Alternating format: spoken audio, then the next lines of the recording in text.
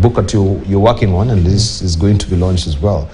And this is all in regard to SGR, the way it has been bashed before, but right now we can actually realize its benefits moving forward. And this is what the president, as you just indicated, is actually pitching for, linking Africa's east and western coasts.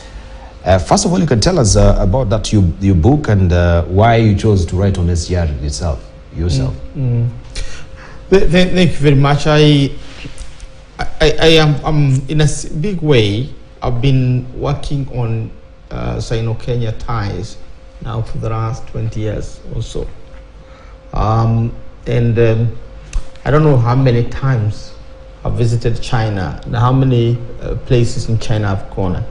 I think I've gone to virtually every corner of that country, and in that regard, when it came to us in Kenya, we decided that it was important for us to streamline our policy with our interests in China, and not only in China, but in the East. The East would include Korea, India, Indonesia, and so on. And as you know, by 2050, the 3 of the major G7 countries will be in Asia. We're talking about China, India, Indonesia.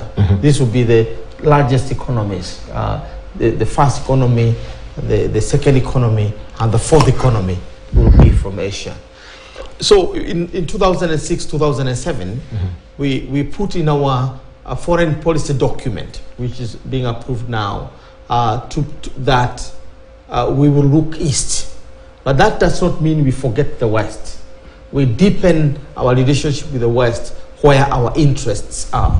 So that's how Kenya opened an embassy in Dublin in the UK, the second embassy in the UK. Why Dublin being a center of growth in terms of IT technology.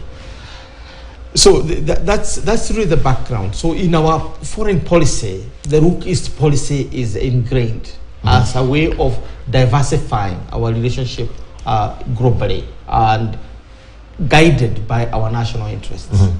So this year, ahead of we are celebrating the 10 years since the launch of the Belt and Road Initiative. And to be for the sake of Kenyans who are watching us, the Belt and Road Initiative is inspired by old linkages between Africa and China. And those linkages were essentially based in Mombasa, the entry point. This was what was called the Silk Road. The Silk Road was essentially the export and import of goods from China to Africa. The Chinese sailors came to Africa and spent a good number of time in Malindi, in Mombasa, in Lamu, and any of our cities. And that's how we ended up having a Chinese community that is indigenous to Kenya, around the islands of Lamu. And a lot has been written about that in the books.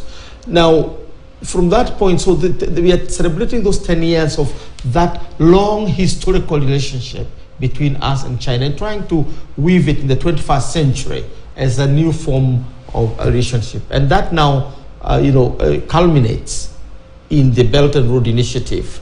And Kenya is one of the major beneficiaries of the Belt and Road Initiative. And the SGR is one of the most ambitious of the projects. I know there was a line from Djibouti to Addis Ababa, but it is not as ambitious as the SGR. Kenyan elite, particularly those who have been involved in China bashing, have sold this line as a line to nowhere, an attempt to attack President Kenyatta and the government of that time, that they only invested in this. In this railway in order to add at nowhere, which is basically their land somewhere in Suswa or something like that. And they personalized what is a continental project. So in the book that I wrote, I'm finalizing. We're hoping to launch it next week or thereabout. We talked about a railway to prosperity. It's a polemic response to what has been going on. I read Aden Duare's book. One of the chapters is titled "A Railway to Nowhere," and I said, as a responsible policy maker, respected in this country, you must always invest your thinking and your conscience in what you say, because you cannot, as a policy leader, aware that this railway is leaving Mombasa to Maraba. It's just a branch, and that a railway that is 600 kilometers from Mombasa to Suswa is not viable at all. It's not even worth building, because a viable railway must be 1,000 kilometers. At least the SGR in Kenya is going to be 1,300 kilometers, branching to Kisumu, branching into Maraba, and from there on, Kenya might decide to push it to any other place. Then from there, it goes west to Kampala, from Kampala to Kigali. And those countries have already committed their resources. And they have entered into the contracts. So in the book, we track these contracts that have been signed. And it will be Kenya's failure to Africa not to complete the railway. This is the main argument. Because you leave others not being connected to the coast. This railway is not supposed to end in Brazzaville. It is supposed to end in Matandi, which is the port in the Atlantic coast. And according to the African Union, one of the areas where Raila Odinga was heading, the infrastructure, it's called PINDA, that's Program of Infrastructural Development. This railway is going to open up the continent, not only us, because from it you will branch to other parts of the continent, and you will be able for the first time to link the Indian Ocean with the Atlantic Ocean, and therefore it will be cheaper to ferry avocados and other vital goods to even America, and for the first time Americans might taste a fresh fruit from Africa, which is moved very quickly to that part of the world. And therefore, this railway is supposed to open up not just Kenya, but the continent. It is going to give access to landlocked countries, including Eastern Congo, Central African Republic, South Sudan, Rwanda, Burundi. It's going to give them access to the ocean at an affordable, quicker rate. When you also begin to see the movement in Africa, Morocco has just launched the fastest train on the African continent from Fez to Casablanca. It is named after that vehicle which Prophet Muhammad used to move from Mecca to Medina. It's called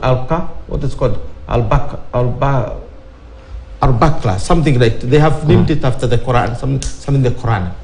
It is moving at a speed of 320 kilometers per hour. And it has now been operational for 5 years.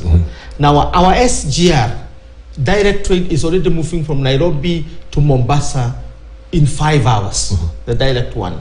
The one that is stopping at various stations, the 9 stations along the rail, is taking 6 hours. Now compare that with the 12 hours in the old railway, or a maximum of 8 hours by bus if there are no accidents or no snarls.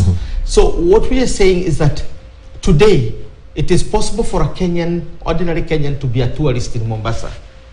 And you can see the railway is moving 7,000 to 10,000 people daily from Nairobi to Mombasa and back with the 6 rail. So what we are saying is that as David D.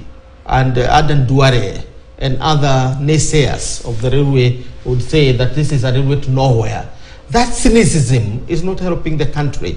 This railway is opening up the country, and I'm happy that President William Ruto has basically articulated that particular dream, that it is not about us as Kenyans, it is about the continent. It's about the continent. I wanted just to tease out the issue that, especially with the BRI summit that is happening right now, and harking back to the G7 members that